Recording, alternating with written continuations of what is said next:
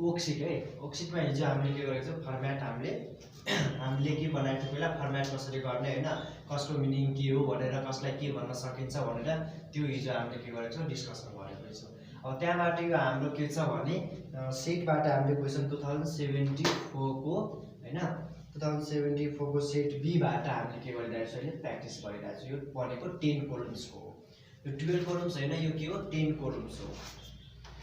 अब यो 10 कोलम्स छ भने नि यो अनएडजस्टेड ट्रायल ब्यालेन्स जे तिमीहरुको क्वेसनमा जसरी दिएको हुन्छ सेम लेख्ने हो।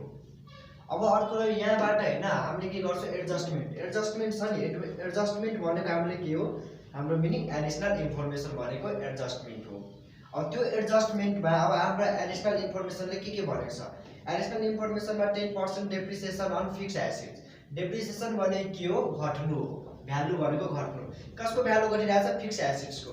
फिक्स्ड एसेट्सको भ्यालु कति छ हाम्रो टोटल 20 लाख। 20 लाखमा 10% यदि हामीले 20 लाखमा 10% डिडक्ट गर्यो भने कति हुन्छ 20,000 हुन्छ, सरी 2 लाख हुन्छ। यो 2 लाखको डेप्रिसिएसन हाम्रो कति हुन्छ 2 लाख हुन्छ। त्यसैले यो डेप्रिसिएसन 2 लाख भयो, यो डेप्रिसिएसन हामीले गर्ने कसरी। अब एउटा सुन यहाँ यो फिक्स एसेट छ, फिक्स डेप्रिसिएसन भनेको फिक्स एसेट भनेको घट्नु हो, एउटा माइनस हुन्छ घटिरहेछ डेप्रिसिएसन। अब यसको ब्यालेन्स के छ ल हेर त, फिक्स एसेटको ब्यालेन्स डेबिटमा छ।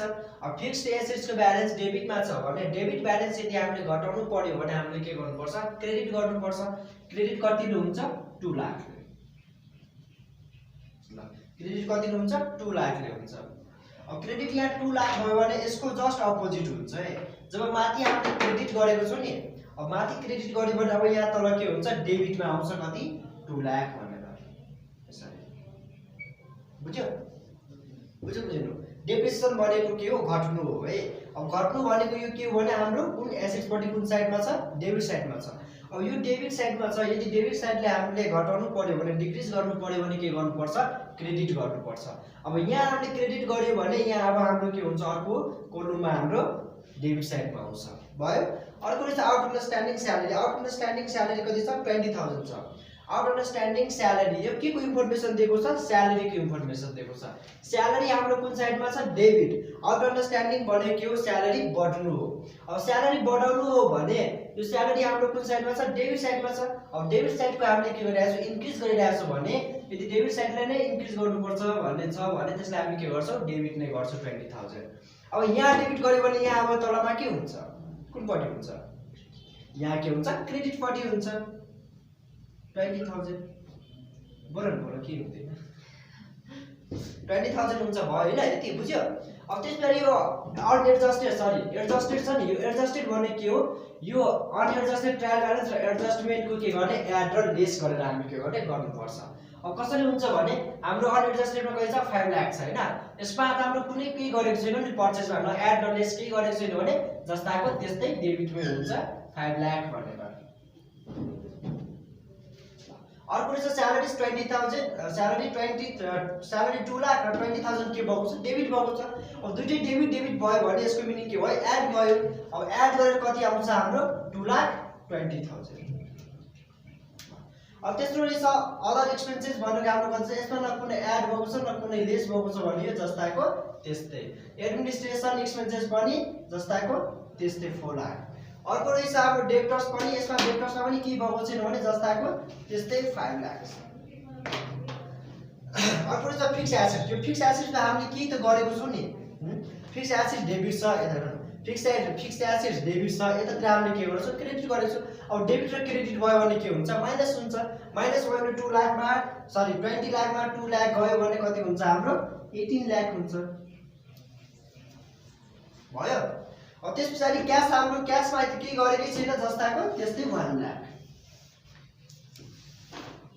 अर्को रहेछ सेल्समा पनि हामीले के गरेको छैन भने सेल्सको पनि के गरे क्रेडिट साइडमा जसरी लेखेको छ सेम अमाउन्ट 20 लाख दिन छ 20 लाख।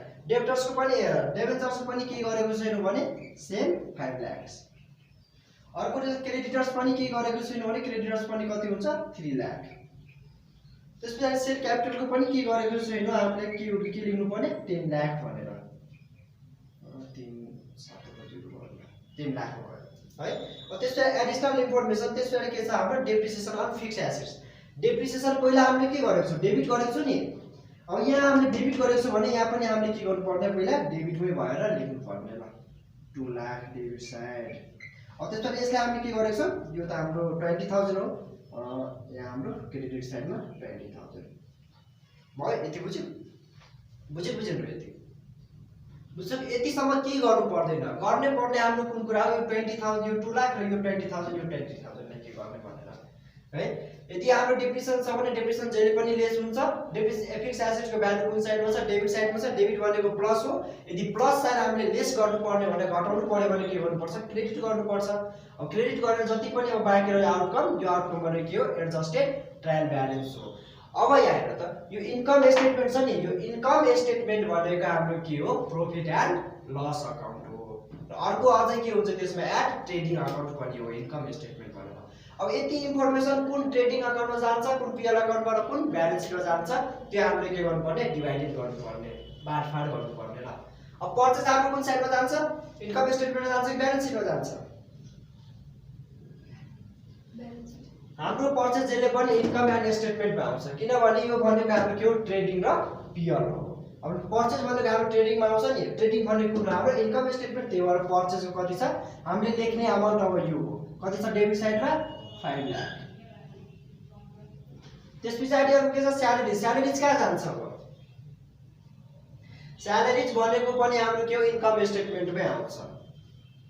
किन आउँछ भने यो हाम्रो के हुन्छ ब्यालेन्स सिट बनाउने बेलामा हामीले के गरिरहेको हुन्छ भने फाइनल अकाउन्ट बनाउने बेलामा यसलाई हामीले केमा लाग्छ पीएल अकाउन्टमा त्यही भएर पीएल अकाउन्ट भनेको हाम्रो इन्कम स्टेटमेन्ट हो। अर्को चाहिँ अदर एक्सपेन्सेस कति छ 1 लाख 1 लाख पनि हाम्रो कहाँ आउँछ इन्कम स्टेटमेन्टमै आउँछ। अर्को चाहिँ एडमिनिस्ट्रेसन एक्सपेन्सेस पनि कहाँ आउँछ इन्कम स्टेटमेन्टमै आउँछ 4 लाख भनेर। त्यसपछि डेब्टर्स हाम्रो कहाँ जान्छ डेब्टर्स भनेको हाम्रो के हो ब्यालेन्स सिटमा आउँछ। अब ब्यालेन्स सिटमा आयो भने यो डेब्टर्स कुन पटि लेखेको छ हामीले भन त 5 लाख डेबिट साइड लेखेको छ भने ब्यालेन्स सिटमा पनि कहाँ आउँछ डेबिट साइडमै आउँछ 5 लाख। अर्को चाहिँ हाम्रो फिक्स एसेट्स भनेको हाम्रो कुन साइडमा लेखेको छ डेबिट साइडमा तर यो पनि कुनमा जान्छ इन्कम स्टेटमेन्टमा जान्छ कि ब्यालेन्स सिटमा जान्छ। यो फिक्स एसेट्स भनेको हाम्रो के हो सम्पत्ति हो प्रोपर्टी जहिले पनि कुन साइडमा आउँछ ब्यालेन्स सिटको डेबिट साइडमा आउँछ। कति अमाउन्ट आउँछ 18 लाख भनेर 18 लाख। त्यसपछि फिक्स एसेट पनि भयो क्याश पनि कहाँ जान्छ अब क्याश भनेको पनि हाम्रो लागि के भयो प्रोपर्टी भयो। प्रोपर्टी जति पनि प्रोपर्टी छ भने यो ब्यालेन्स सिटको प्रोपर्टी आउँछ डेबिट साइडमा आउँछ। कति छ हाम्रो क्याश 1 लाख 1 लाख भयो। त्यसपछि सेल्स भनेको हाम्रो के हो कुनमा जान्छ सेल्स ल भन त इन्कम स्टेटमेन्टमा जान्छ कि ब्यालेन्स सिटमा जान्छ सेल्स। जब पर्चेज हाम्रो इन्कम स्टेटमेन्टमा आयो भने क्याश कहाँ जान्छ सेल्स कहाँ जान्छ सेल्स पनि कहाँ जान्छ इन्कम स्टेटमेन्टमै जान्छ तर अपोजिट साइडमा। यहाँ हामीले के गरेको छौँ क्रेडिट गरेको छौँ भने हाम्रो यता पनि के हुन्छ क्रेडिट साइडमै आउँछ। कति छ 20 लाख। अर्को रहेछ डिबेन्चर्स पनि हाम्रो डिबेन्चर्स कहाँ आउँछ इन्कम स्टेटमेन्टमा आउँछ कि ब्यालेन्स सिटमा आउँछ डिबेन्चर्स हाम्रो कुन साइडमा आउँछ ब्यालेन्स सिटमा आउँछ है। अब ब्यालेन्स सिटमा आयो भने कति अमाउन्ट छ 5 लाख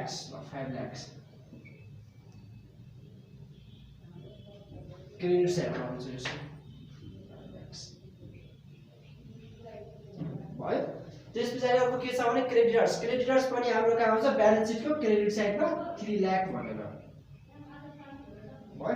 त्यसपछि अर्को के छ शेयर क्यापिटल पनि कहाँ आउँछ ब्यालेन्स सिटको क्रेडिट साइडमा आउँछ 10 लाख 3 2 5 6 10 लाख भयो। यति अब गर्दै पर्ने हामीले के छ यसको एडिसनल इन्फर्मेसन ल यहाँ ध्यान दिनु त एडिसनल इन्फर्मेसनले के भनेको छ 10% डेप्रिसिएसन भनेर गरेको छ हैन। यो 10% डेप्रिसिएसन पहिला हामीले के गरेको छौं यहाँ लेस गरेको छौं कि एड गरेको छौं फिक्स एसेट्समा यहाँ हेर न एड गरेको छौं कि लेस गरेको छौं पहिला हामीले के गरेको छौं लेस गरेको छौं। यो लेस गरेको छौं भने यो फिक्स एसेट्स कहाँ गयो 18 लाख भनेर कहाँ लेखेको छ हामीले ब्यालेन्स सिटमा कि इन्कम स्टेटमेन्टमा ब्यालेन्स सिटमा हामीले लेखेको छौं 18 लाख ब्यालेन्स सिटमा लेखेको छौं भने यो 2 लाख हामीले के गरेको छौं लेस गरेर लेखेको छौं यानी कि ब्यालेन्स सिटमा यो के गरेको छ गइसकेको छ। अब बाँकी कहाँ रह्यो जानलाई हाम्रो अब हाम्रो अरु एउटा कहाँ जान्छ इन्कम स्टेटमेन्टमा आउँछ बुझ्यो। अब कसरी आउँछ भने यसले हाम्रो फिक्स एसेटमा के गरेको छ घटाइसकेको रहेछ हैन डिक्रिज गर्दै रहेछ फिक्स एसेट भनेको डेबिट साइड हो डेबिट साइड घट्नु भनेको छ भने घटिसकेको छ भने अब डेबिट साइड घटेको छ भने फेरि डेबिट साइडलाई नै इन्क्रिज गराउनु परेन म्याचिङ कन्सेप्ट गर्नलाई इक्वल पार्नलाई के गर्नु पर्छ यदि डेबिट साइड हामीले लेस गरेको छौं भने डेबिट साइडमै एड हुन्छ अब कुन साइडमा हुन्छ एड इन्कम स्टेटमेन्टमा कि ब्यालेन्स सिटमा अलरेडी लेस भएर आइसकेको रहेछ है डेबिट साइडमा लेस भएर आइसकेको रहेछ अब बाँकी रहेको कारण लेखेर हामीले इन्कम स्टेटमेन्टमा कति हुन्छ यसको कति छ हाम्रो 2 लाख डेबिट साइड 2 लाख अर्को रहेछ आउटस्ट्यान्डिङ स्यालेरी के गरेको छु 20000 एड गरेको छु हो कि हैन एड गरेको छु भने यो स्यालेरी हामीले कहाँ लेखेको छु इन्कम स्टेटमेन्टमा कि ब्यालेन्स सिटमा लेखेको छु यसको स्यालेरीको अमाउन्ट स्यालेरीको अमाउन्ट हामीले कहाँ लेखेको छ इन्कम स्टेटमेन्ट के ब्यालेन्स सिटमा इन्कम स्टेटमेन्टमा यानी कि यसको मिनिङ के भयो इन्कम स्टेटमेन्टमा हाम्रो स्यालेरी आउटस्ट्यान्डिङ स्यालेरी आइसकेको छ अब बाँकी कार्डहरु लेख्नलाई ब्यालेन्स सिटमा अब ब्यालेन्स सिटमा कसरी लेख्ने भने यो स्यालेरी छ नि स्यालेरी एड भनेको छ हैन एड गरेको छ भने यसको मिनिङ के भयो डेबिट इन्क्रिज भयो भनेर हो कि हैन अब डेबिट इन्क्रिज भयो भने क्रेडिट के भयो डिक्रिज भएको छ घटेको छ अब के गर्नुपर्छ फेरि क्रेडिट साइडलाई नै के गर्नुपर्ने एड गर्नुपर्ने बुझ्यो अब यो ब्यालेन्स सिट कुनपटि जान्छ अब आउटस्ट्यान्डिङ क्रेडिट साइडमा जान्छ कति आउँछ क्रेडिट साइडमा 20000 यति गरिसकेपछि अब एड गरौँ त यसलाई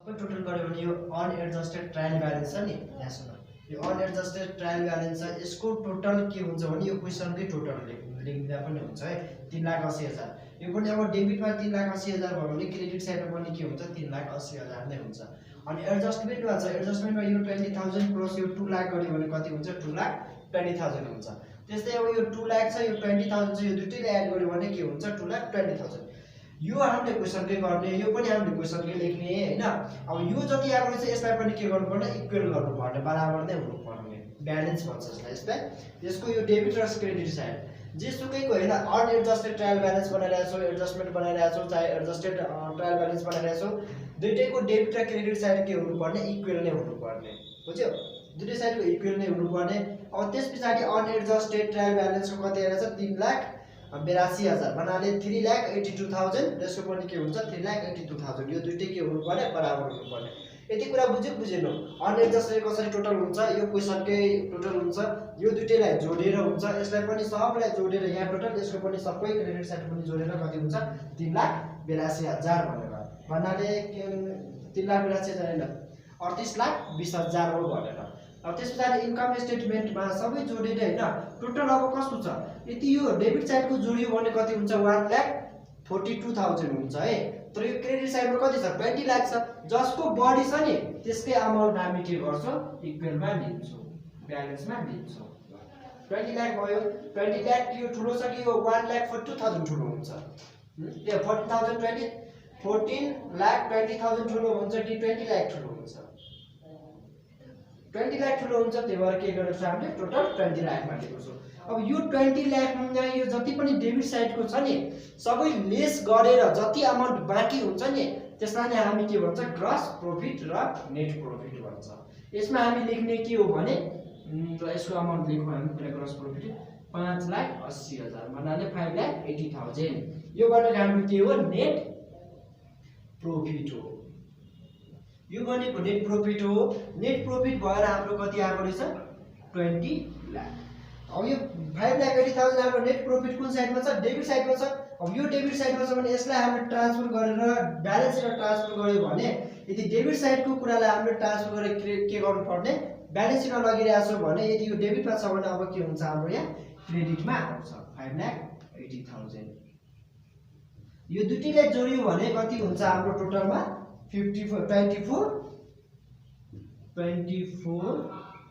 लाख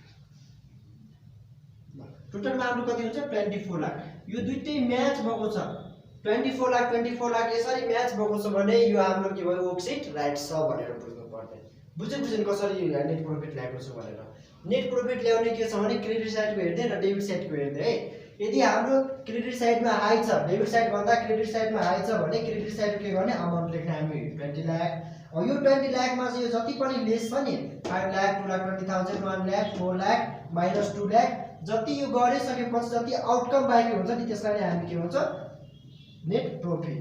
यदि नेट प्रॉफिट छ भने नेट प्रॉफिट डेबिट साइडमा लेखिन्छ, यदि नेट लस छ भने नेट लस कहाँ लेखिन्छ हाम्रो क्रेडिट साइडमा लेखिन्छ। भयो यति बुझ्यो।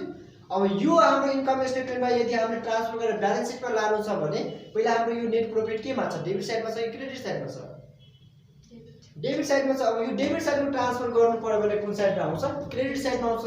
अब क्रेडिट साइडमा लेखिसकेपछि यो सबै क्रेडिटको अमाउन्ट जोडेर 24 लाख हुन्छ। त्यस्तै अब यो डेबिट साइडमा पनि जोडेर कति हुन्छ 24 लाख हुन्छ। दुईटै म्याचिङ छ, दुईटै म्याच छ भने दुईटैको ब्यालेन्स म्याच गरिरहेछ भने त्यस्तो बनाइरहेछ भने यो भनेको हाम्रो के हो राइट छ भनेर। यति गरिसकेपछि हाम्रो कति आउँछ 7 मार्क्सको आउँछ।